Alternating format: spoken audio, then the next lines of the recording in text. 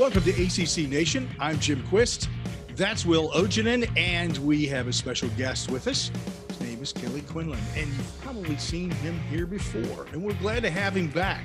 Kelly is the publisher of JacketsOnline, and we're going to talk a little bit about what else? Georgia Tech. A lot going on there.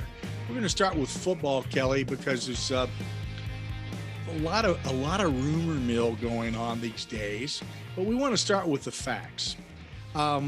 Let's look back at what happened with the football season last year and what the expectations are for Geoff Collins moving forward. So, I mean, last year, they start out the season losing to Northern Illinois and kind of a heartbreaking game. Jeff Sims gets hurt, the starting quarterback in the game. They come back and then they had a touchdown that didn't happen and a 2-point conversion that got overruled as well, that were sort of judgment calls by the refs. Lose that game. They beat I'm blanking out on the FCS team they beat in week 2. Then they went to Clemson and nearly upset Clemson, who turned out to be bad. No one knew that at that point, or a mediocre Clemson team. And then they beat North Carolina, and everyone's like, okay, they're 2-2. Everyone's excited. And then they go out and get shellacked by Pitt. And then it just kind of went downhill from there. A lot of close losses. Talk about the Northern Illinois game, Clemson, later in the season, Boston College. At Miami, they, have the lead late in the game there. Come storming back at Virginia, have a chance to win that game. It was just a very frustrating season. And they hit that 3 wins again. Geoff Collins fires 3 assistants, has 2 more leave on their own for other jobs. And you have half the assistants now on the field are different people, a new offensive coordinator. And, Geoff Collins probably taking the reins of the defense with Andrew Thacker still listed as a defensive coordinator. But everyone that I've talked to thinks he will be more involved with calling the actual defense and it being his defense, because right now it's his job's on the line. He's got to win 7-8 games to go bowling, to show progress, to show that, we've done this year 4 and you've won 9 games going into it. That ain't good. It's not good anywhere. It's not good at a place like Georgia Tech that's consistently won really since, Bobby Ross's 3rd season. So, they haven't had valleys like this at any point. They had one bad season with Paul Johnson where they won 3 games. They had another where they didn't go bowling, just sort of flukishly with a couple of weird games, and won 5 games. But it's a far cry from winning 3, and they were competitive in the Coastal. So, you look at this upcoming season, you have basically a total upheaval in the ACC Coastal with, Cutcliffe's gone, Bronco's gone. Joseph Fuente's gone. Pitt loses Kenny Pickett, who was seemingly there for the entire time. Narduzzi's been the head coach. Mm-hmm. It's just going to be a different animal this year. And then you have Miami with Cristobal taking over. So who's on paper a much more capable coach than Manny Diaz ever was. And they've got to be dangerous. But the other teams, who knows where they're going to be at. So I think it's going to be a really interesting season for Tech. And then they draw Ole Miss, Georgia, and at UCF in their non-conference schedule, which is sort of nuts. And it's not a recipe for contract extensions and big winning seasons for Georgia Tech, that's for sure. It's a very unsettling situation that you just sort of laid out there, especially with a couple of the coordinators being tossed aside, and then others just looking at it and going, "No thanks, I'm hitting the road. Let me get my knapsack and put it on a stick and run on down the interstate." Talk to us a little bit before we get into more detail, because I know Will's got some specific questions that he wants to ask, and I do too.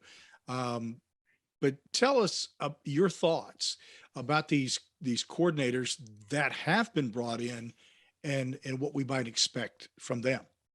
So Chip Long replaces Dave Patno. Dave Patno kind of struggled with the personnel and what they were trying to do. He was running a real pass heavy offense. It was interesting. Like they were like, so if you look at the stats, they ran the ball more than they threw it, right? And for all 3 years. But the reality is you have to really get into the stats. When you look at number of dropbacks they had, it was actually higher than the actual rushing attempts, meaning there was a lot of scramble rushes and breakdowns and guys running for life and a lot of sacks too that kind of threw the stats off and gave them more rushing numbers than they probably had. You take over a team without a quarterback who can really throw down the field the first year, and what do? They drop back a lot and try to throw the football, which seemed crazy to me. And it wasn't because they were losing, because when they would lose games, they actually ran the ball more to shorten the game for whatever reason. So, I like Dave. Dave's a great guy. He got a job at Old Dominion. I just think it was a bad fit in terms of the scheme and the personnel and what they had, and you had sort of incongruity between what maybe the type of football Geoff Collins wanted to play, what Brent Key, the offensive line coach, assistant head coach, wanted to do, and Tashard Choice, the running backs coach who left for USC and then ended up at Texas, what those guys wanted to do, and I think what Dave Patton wanted to do clashed, and it looked like it on the field. They looked discombobulated a lot. They didn't seem to have great game plans week to week. The game plans changed a lot, and that was a big issue. And they fired Nate Burton, who was the co-DC and the safeties coach. The safeties were atrocious. They got worse each year he was there. They took over a decent safety room with talent. The first year they were okay, and then the last 2 years they've been pretty horrible.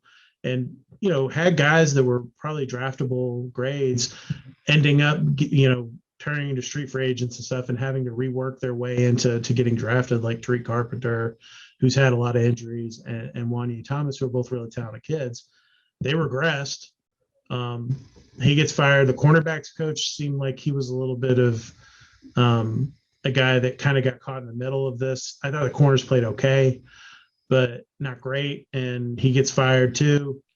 So, and then you have the tight ends coach, Chris Wiesahan, leave for Temple for a raise and a higher position where he has some stake in the offense. And Chip Long moves in there. They hire Chris Winkie as a quarterbacks coach. They bring back Travaris Tillman from Michigan State. And they bring in Mike Daniels from Buffalo to be the running backs coach to replace Tashard Choice. And Mike Daniels, great guy. But Tashard Choice was a guy who played at Georgia Tech, and folks loved him, and he was a great recruiter. He brought him Jahmyr Gibbs. He developed that room really well. And so that's a loss. Chris Wiesahan had been with Jeff since he had been a head coach. That's a loss there. I think Chris just wanted to have a little more say in things, and it was not going to be that way with Chip. And Chip, Brent Key, and Chris Winkie are all sort of in lockstep. They all know each other and are friends. So I think that will bring some cohesion to the offense. Defensively, I don't know what they're doing, because they kept Andrew Thacker, who had arguably the worst defense in the P5. He's not going to coach a position now. They brought in Jason Samore to coach linebackers, and Thacker is now a DC only and not coaching the position. So that's kind of a strange deal. You don't see a ton of that. And so the only time I've ever really seen that is with a really older coach that's like just a guru guy, like Monty Kiffin or someone, Don Brown or somebody like that. You don't usually see that with a younger coach, but they're going to have him float where he goes around and helps different positions in practice. And I think Jeff's going to call his own D. I think, at the end of the day, it's on him. And if he doesn't, I think it's going to affect his career, because people are going to wonder why he didn't do that when your back's against the wall. Why are you not calling your own defense? So I think he kind of has to, at this point, step up and be the guy to call the defense. So do you expect him to be a little more, the defense as a whole, to be a little more aggressive with this change? I mean, the defense only had 3 interceptions last season, but I guess at the same time, only one against an FBS team. Yeah. But a great stat. Yeah, it's not great. But I was going to say, at the same time, you were talking about how bad the safeties were, and can they afford to be aggressive? That's the $1 million question. I feel like they struggled when they brought pressure to get home, and they struggled to get off blocks up front, and the secondary didn't play well. And I think it's all, to me, defense and offense is always a yin yang thing, and I've seen it everywhere. I've covered teams, whether it's Georgia Tech or UGA or other places. If one side of the ball plays well, it tends to lift up the other side, and when they both struggle and you don't have faith in the offense, the defense is going to press, and it's going to lead to a lot of mistakes. And those guys have to play fast and loose. It's hard to play defense these days. You're going to give up plays, but when you're trying to be perfect, it's really hard. And I think that's where they got caught. They were trying to be perfect, and they ended up struggling. And to me, I think what they got to do is be aggressive up front, get sacks, get pressure, because I don't know that the secondary should be a little better at corner probably, and maybe step back a little bit at safety and just on paper. So to me, you need to be aggressive. And they got Keon White, who was their star defensive player. He ended up playing sort of on one leg at the end of the season, 4 games, and you saw flashes. He has, he looks like a man. Like, he looks like a guy you see playing on Sundays. The first guy I've seen from that position room to look like that in a long time at Georgia Tech. He looks like a guy who would play at Georgia or Alabama. And you need him to be productive. You need Jared Ivey, Kyle Kennard, Jordan Dominic, those guys they have back. They got to get, 15 sacks between them. Like, that's the type of production you need. D tackle to give you production. And then the secondary and the linebacker position, which has been the 2 areas that really struggle on the defense, they got to step up and make plays too.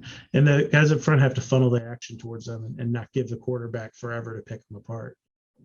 How does this change in offensive philosophy affect Jeff Sims? Do you see him running the ball more? I'm really curious about that, because Chip suffers no fools. That's the one thing you talk to anyone from Notre Dame. From talking to Chip personally, like, he is a guy that's like, I'm demanding as a coach, and that was a little bit of an issue. Notre Dame, you can only have 2 jerks, and you can only have 1 jerk at the top, and Brian Kelly was the jerk at Notre Dame. Chip Long kind of out jerked him there, and that's why they ended up parting ways, right? And he learned from that, but at the end of the day, he's a demanding guy, and he's going to expect a lot. And Jeff Sims has been treated a little bit with kid gloves, and was, maybe, it's interesting to, was he hurt or was he injured at the end of the season? Like, that's a whole other big question that people wonder about. Like, how hurt was he as Jordan Yates kept getting trotted out at the end of the year, versus him maybe just not wanting to play against Georgia and Notre Dame with the way the offense was going. Like, those are the things that are going to get sussed out with Chip Long. Like, he's not going to, suffer fools. They added Zach Gibson from Akron, who gives them a capable backup quarterback. But the guy I'm kind of keeping my eye on is Zach Pyron, who's come in as a early enrollee freshman quarterback from Alabama. That kid's tough, and he is not scared. And, it'll be interesting to see if Jeff can hold him off, and how tough Jeff is, and if Jeff can make it through a whole season playing for Chip. And Chris Winke's sure not a chill dude either, who's going to lay back, who's the new quarterbacks coach. He was a tough quarterback, a very tough player, and they expect that from those guys. And that's the one thing that, Jeff has been a guy who's run out of bounds and pulled up a little bit at times, and made some mental lapses in games. How does that go? And how does that reaction, because he's not going to be calmly talked to on the sideline. I think it's going to be a little more animated. So that's the $1 million question. How does Jeff Sims react to that? Because the kid's got all the talent in the world, right? He has all of the tools you look for. He can run the football. He can throw it. He has good touch, can throw a deep ball, has a strong arm, but he has made a lot of mistakes and struggles with his reads. He's, making 2 reads when he should make it 3 or 4.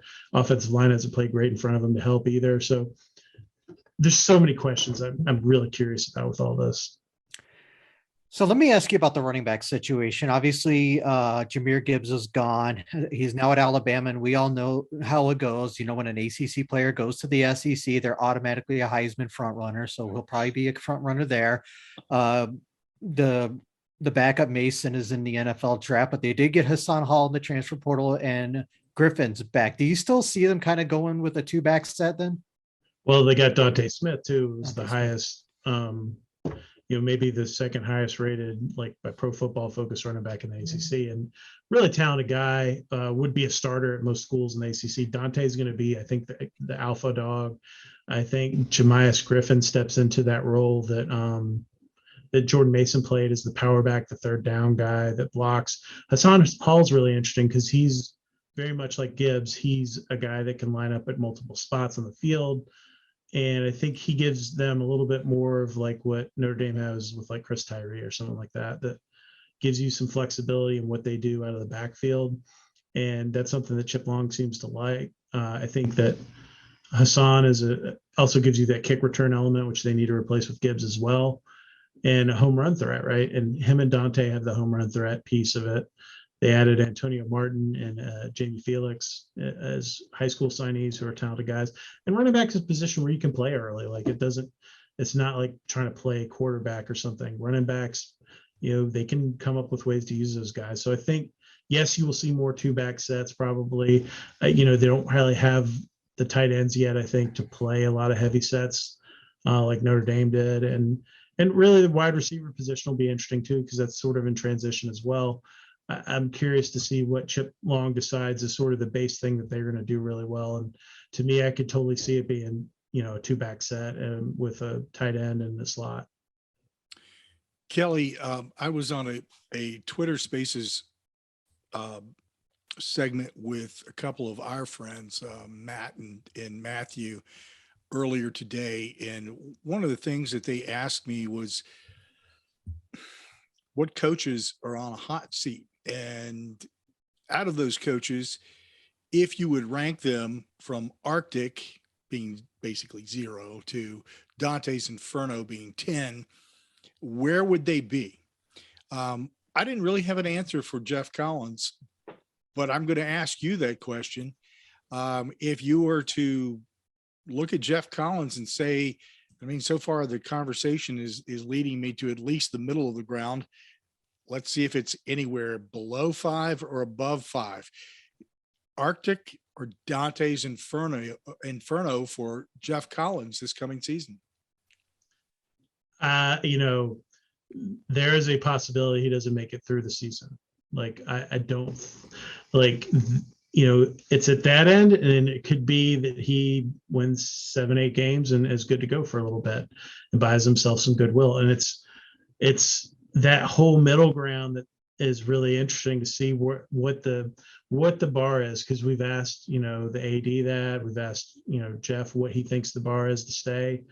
And there's not really a great answer. And there's no specifics, right? No one's been like, if he wins 6 games, he comes back. If he wins 7 games, he comes back. He needs to be within 3 touchdowns of Georgia. Whatever the thing is, like, there's not really a specific answer. So I think if you go out and lose 41-7 to Clemson in the first game, and then you lose to Ole Miss in Central Florida, and you're 1-3 after 4 games, he might not survive that, right? Like, depending on how badly those games go.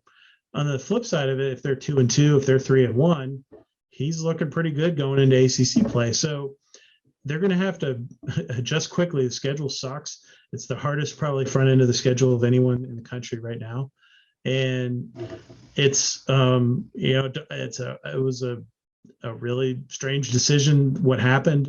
It's weird how it worked out. The Ole Miss game is a game that got kicked back twice because they didn't want to face Paul Johnson. The UCF game is a reschedule from the Hurricane game in 2017 that got canceled at UCF. So neither one of those games you would normally have. You'd be playing, a MAC team or whatever instead of Central Florida. And you might not be playing Ole Miss. You might be playing Cal or someone that's a little more within striking distance of where you are as a program, Illinois, whatever it is. Like, you're not playing, Ole Miss, who's coming off their best season in school history.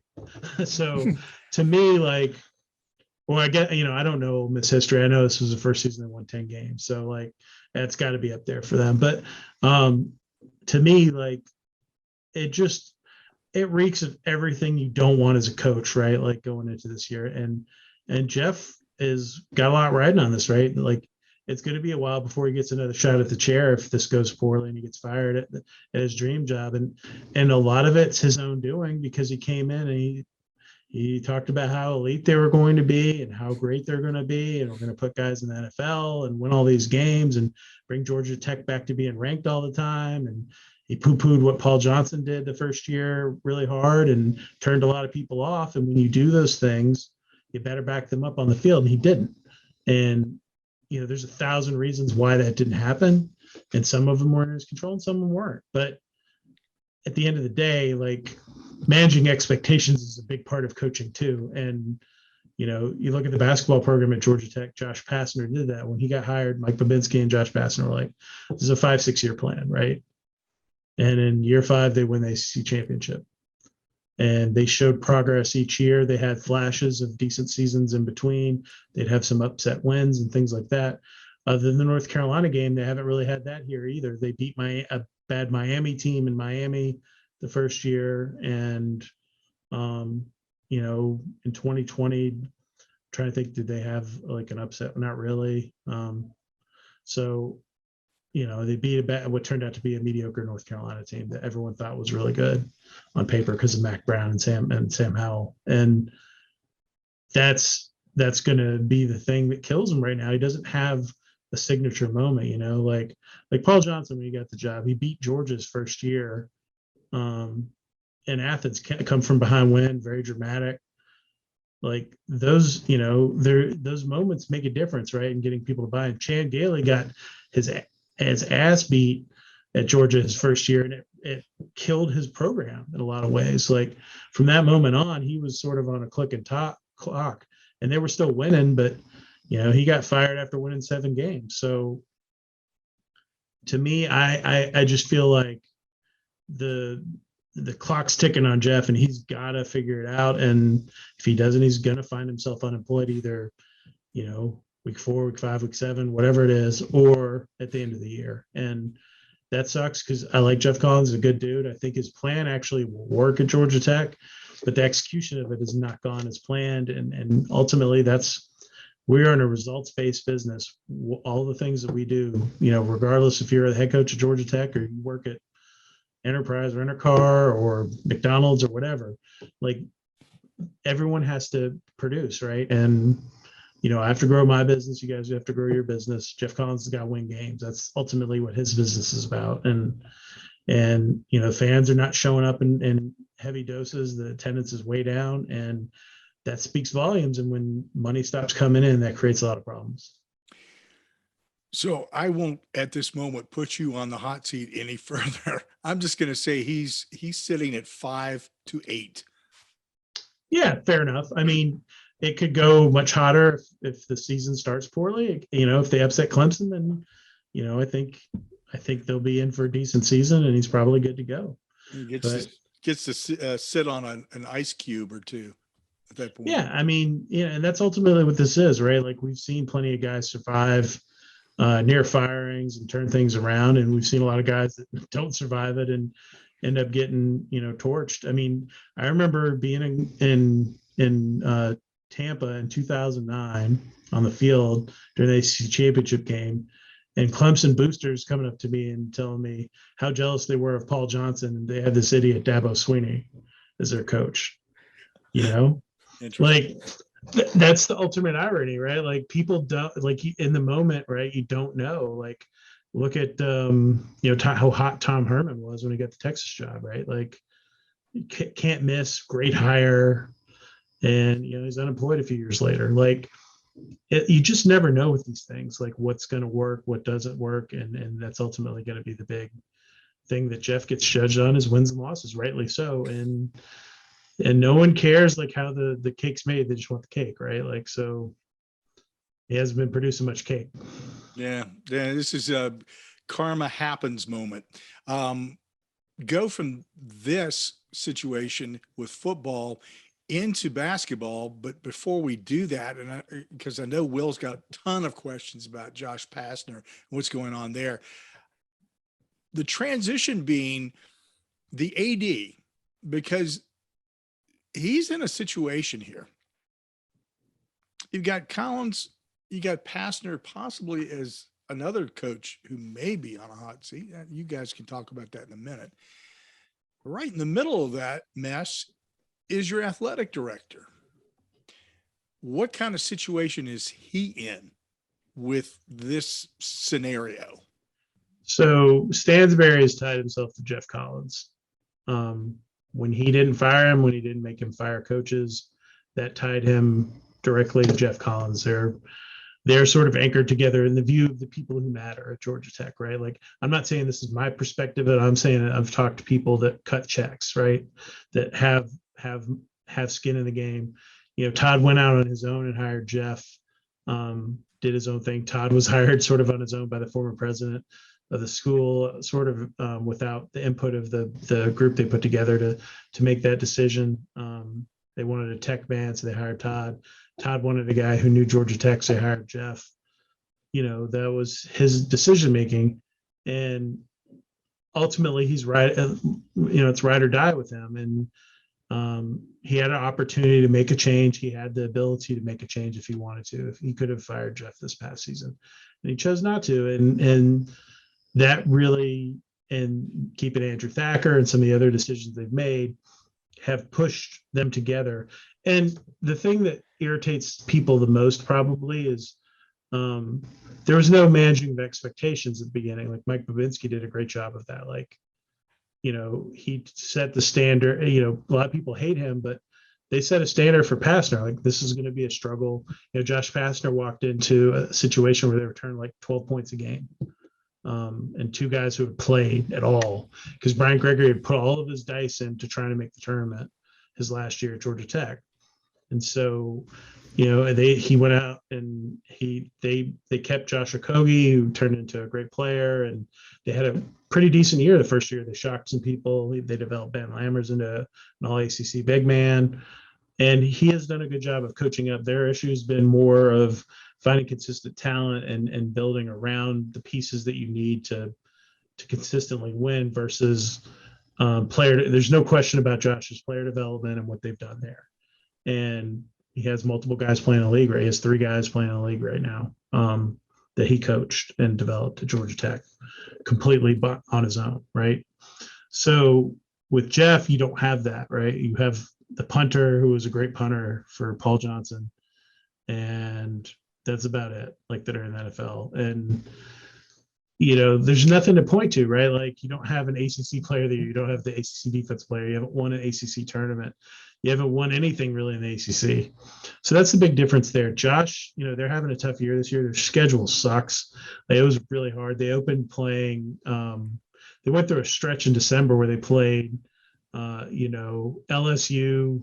They played USC in Phoenix. They played North Carolina to open the ACC play. They were all just terrible matchups with them. They lost one of their bye games to Alabama A&M that month, and they got shut down for a couple weeks of COVID, lost a game in Syracuse. They come back from that. They're playing Duke, Carolina, and Louisville, and Notre Dame, who are all good teams. So it's been, a challenge for them this year. Their schedule softens now as they head into the next part of the ACC play. So this is where you should see them start to make some moves. They played the 2 teams they match up the worst with, 3 times, in Carolina and Duke. So now you get to play, Wake Forest, who's an interesting team that's been good. You get to play, Virginia Tech twice. You get to play Pitt at Pitt. You play at Miami, who is a really interesting team. We'll see how good they really are. Like, if it's, a little bit of smoke and mirrors, or if they're really good. Florida State comes here. So the schedules, it's not as daunting now for them. They've gotten away from the teams they don't match up well with. And the truth be told, really, other than the North Carolina game the other night, they've been in every game they played with a chance to win the game in the second half. And, Duke got home cooking at Duke. There was a 40-12 free throw shooting disparity that had nothing to do with fouls at the end of a game. That's a little hard to overcome. The first Carolina game was not great, but really everyone else they played pretty tight. So I think they're showing signs of progress, but you lose Jose Alvarado and you lose Moses Wright. It's hard. They're not North Carolina. They're not going to just plug guys in, or Duke. So it's a little different. You're not getting McDonald's All-Americans. So, yeah, you were talking about some of the guys they lost, but I wanted to get a couple of injury updates on a couple of guys. Rodney Howard, I know, has missed a little bit of time, and he absolutely could have used him against North Carolina because Armando Bacot pretty much bullies everybody on the inside. What is his update? And then Bubba Parham. I know he's not played much this year. I know he had a knee surgery and missed the start of the season, came back for a couple of games, but hasn't played. So I was wondering if we can get an injury update on those two. Sure. So Rodney Howard has an ankle injury. He has missed, I think, 3 weeks now. They're hoping that he'll play this week on Wednesday when they play. Who are they playing this week? I'm blanking out on that. Wake Forest on Wednesday. Wake Forest, yeah, sorry. So, hopeful maybe he'll play. We'll find out tomorrow from Josh, actually. And then Bubba's knee is swollen, and he's coming off. He had tore his meniscus. They repaired it. They tried to get him back. He came back. His knee was hurting a little bit. Then he got COVID and was shut down with COVID for a couple of weeks. And he played in a couple of games, and his knee's just killing him. And so they decided to shut him down. And Josh told me the other day he's not sure he'll play again this year, which, really stinks for them because other than Alvarado, Bubba was their best defensive guard, right?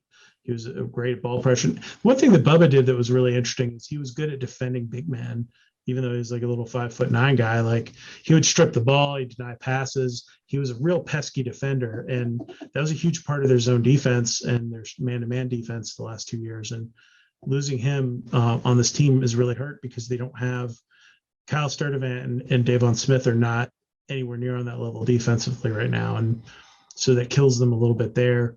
Not having Rodney Howard's been really tough because not only did you lose that time, right, but he was a guy who's getting a little bit better game to game. You lost a month of developing him too now. And that's a killer because they needed him to develop into something. Saba Gigaberia is not what you'd expect at this point. He's still struggling on offense with his hands. His footwork's not great on defense. Jordan Mecca plays okay on defense, but gives you nothing on offense. So they're going small ball, and that was a terrible decision against North Carolina because they just, Big Hot killed them in the second half of that game. RJ Davis was getting kick-out threes, and they collapsed to try to defend the post, and then it would open up a three-point shooter. So it's sort of, they just are missing that one piece. They're missing a decent big man. If they had even, an average one, they would probably be, +4 games right now. Michael DeVoe, he's been picking up the slack of the season. He pretty much leads the team in every statistical category, but he's also, I think he has more turnovers than he has assists. Is this a classic case of him trying to do too much? Yes. And he's getting frustrated because defenses have keyed on him so much. And really, other than the Boston College game where he had Tristan Maxwell kind of go off with the 7 threes, they haven't had a complimentary outside scorer other than Jordan Usher. So you need someone to take that pressure off of him. He's having to both handle the ball and drive, and he's not getting the foul calls he wants. He's not a great ball handler. He is worse with his right hand than I am. I'm left-handed. I played mediocre high school basketball, but I think I'm better with my right hand than he is. And I love Mike, but everyone just forces him to his left and pins him against the baseline, and they close down on him, and they turns the ball over. It gets, a lot of his turnovers have been even held balls, like where someone just comes in and grabs the ball.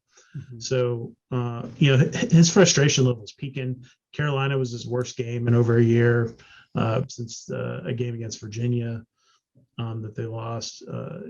He's just, I think he's getting frustrated, and it's showing, and he shows his emotions on the court. And they don't have a Jose Alvarado. They don't have a guy that can run the point and take that pressure off of him.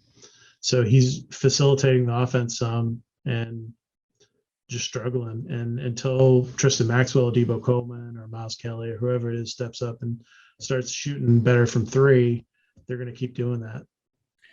So I feel like we've had a lot of negative with Georgia Tech, both on the football and basketball side, but I want to bring up something positive. One of the players that have really stood out to me for this team this year is Debo Coleman. He's one of the best commits Josh Pastner's brought in terms of ranking, and he's really, really provided a spark. Started a few games, he's really good 3-point shooter, just a good all-around shooter. So for people who don't follow Georgia Tech super closely, what can you tell people about Debo Coleman? So it's interesting. He's like the right-handed version of Mike DeVoe in some ways, but more physical. He's a bigger dude, little more physical. He was a guy who played the same style of basketball in high school. He was basically, a point shooting guard or whatever you want to call it, a combo guard. He handled the ball and facilitated everything himself and set up the offense.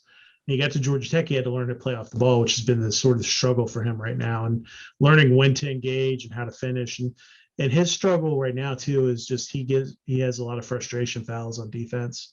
He's not quite, he's close to making the right play, but maybe he hip checked a guy out of bounds in the North Carolina game and picked up an early foul that kind of changed the momentum early in that game for them. But he is a really talented guy, a great volume scorer, and a guy who can shoot the three really well. It was interesting. He missed 2 free throws in the Notre Dame game that would have, he missed a free throw on a set of 2 that would have sent the game, would have given them a chance to win the game. They came back and forced overtime. And he tied the game with the first one and missed the second one or whatever it was.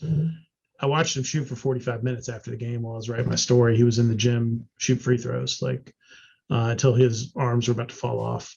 And that's just the kind of guy he is. He works hard, really talented. I think he's a guy who has a chance to play in the NBA, maybe. He's more athletic than DeVoe is and more physical, maybe a little bit less of the passing acumen right now. But I'm really excited about him. Davon Smith's maybe the most talented point guard I've seen in terms of just pure raw physical skills they've had since Tony Akins, maybe, or Cred or someone. He just flies up and down the court. He just has no idea how to play within himself yet. And when he takes it down from 110 to 100, he plays better. He's just missed a lot of shots at the goal and made some dumb decisions with the ball at times. But I think once he figures out what he's doing, he's going to be really dangerous too. So they have a nice core. Miles Kelly's a really good player, just hasn't hit his threes yet. I think he's just lacking a little confidence out there. Tristan Maxwell, Vernon Maxwell's son, he showed what he could do in the BC game. He's just got that killer instinct piece to him. He just has not played. He played 4 games in 2 years now, 5 games, I think now. Once those guys get some experience, I think they're going to be dangerous. I didn't realize he was Vernon Maxwell. God, yeah, Mad Max. Feel older, man. Yeah, that's right. All turning gray there, dude. Yeah. I'm ahead of you. That's all I can tell you. Kelly, there's absolutely no way that anybody with an observant eye can miss the 6 strings over your shoulder there. Mm-hmm. So tell us a little bit about your music taste, what you do with those guitars, man, in your spare time. I like classic rock. That thing behind me is from ZZ Top. It's autographed by all 3 guys. That's really cool. I got a autographed Who poster that you can't see over here from late John Entwistle. Grew up playing the bass from the time I was in 4th grade, then switched over to guitar in high school and have dabbled off and on with that. I have a collection. There's some other ones that aren't out. And in my office, I will take a break sometimes and play a little bit. And Geoff Collins is always trying to get me to play on when we do this, when we were doing Zooms there, he was always trying to get me to play, and I'd try to get out of it just because I'm not interested in hitting a bum note on somebody's podcast for that to be living in some sort of viral moment.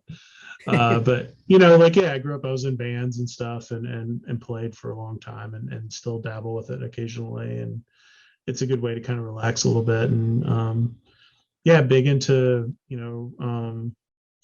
The Who, ZZ Top, Rush, bands like that, even, and then singer-songwriter stuff even too, like Neil Young or Ryan Adams, whatever. Yeah. Very cool. Interesting. And trust me, I think your decision about not playing and hitting that bad note and having it go viral is spot on, because that's exactly what would happen. It would be that moment would become a meme. So absolutely. I'm not interested in I'm not a shredder, so I'm not really. It's not. I'm going to play chords like. It's just funny because it's one of those things where it's like a no-win scenario, right? If you play Right. and it's okay, everyone's like, okay, and you're not gonna, come out and be Eddie Van Halen on there. So I think you have to, if you could do that, then yeah, I think those are the people that are like, yeah, I'm gonna come out and I'm gonna tap and all this, and that's not me. So I don't think anyone wants to hear a bass solo. So play some Bach or something on the double bass. All good stuff. Hey, if you ever get to a point where you can do the Star Spangled Banner like Hendrix, I'll be more than glad to be your manager for free, and we'll set you up with the Atlanta Braves. I appreciate it. Thank you. The world champion Atlanta Braves. Yes, the world champion Braves. Hey, that'd be some good stuff. Talking about getting out in front of a large audience and suddenly forgetting how to play. Yeah. I have sang the anthem as part of a choir, but I have never tried to like play it. Yeah. It's not easy. No.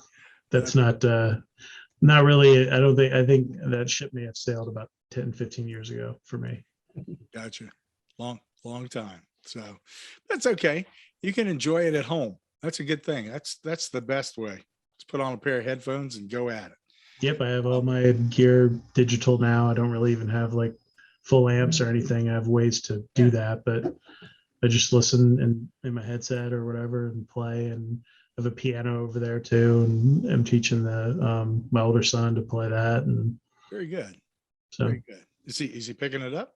Yeah, he loves it. He learned guitar early on, and then he plays the viola and is learning a little piano. Excellent. Hey, our special guest is the publisher of Jackets Online, Kelly Quinlan. And as always, what a great conversation. A lot of stuff that we've learned about what's going on at Georgia Tech and about your musical tastes, which we heartily approve of. So Kelly, thanks for joining us. Yeah, thanks guys. Appreciate it.